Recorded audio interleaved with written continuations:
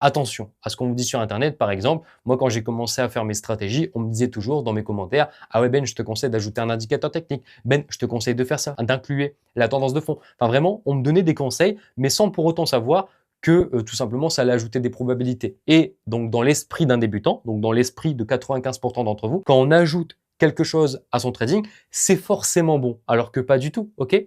Par exemple, une stratégie avec 3 confirmations, avec 3 confluences, peut être plus rentable qu'une stratégie avec 9 confluences. Mais tu vas me dire, oui, mais Ben, si je cumule les confluences dans mon sens, ça va forcément me donner plus de probabilités. Mais pas du tout. Quelque chose que tu penses bon pour ton trading peut potentiellement réduire les probabilités que ton trade réussisse. Ça, tu n'as pas le contrôle si tu ne l'as pas non plus backtesté. Et je vois encore une fois, donc c'est le grand problème. On repart ici. Mais si tu as déjà monté cette marche, ok, tu peux comprendre. Mais si aujourd'hui tu n'as pas donc un visuel, comme on a vu donc par exemple ici, ta stratégie était rentable sur le long terme avec toutes les confirmations, tu ne sauras jamais quel setup a plus de probabilité qu'un autre.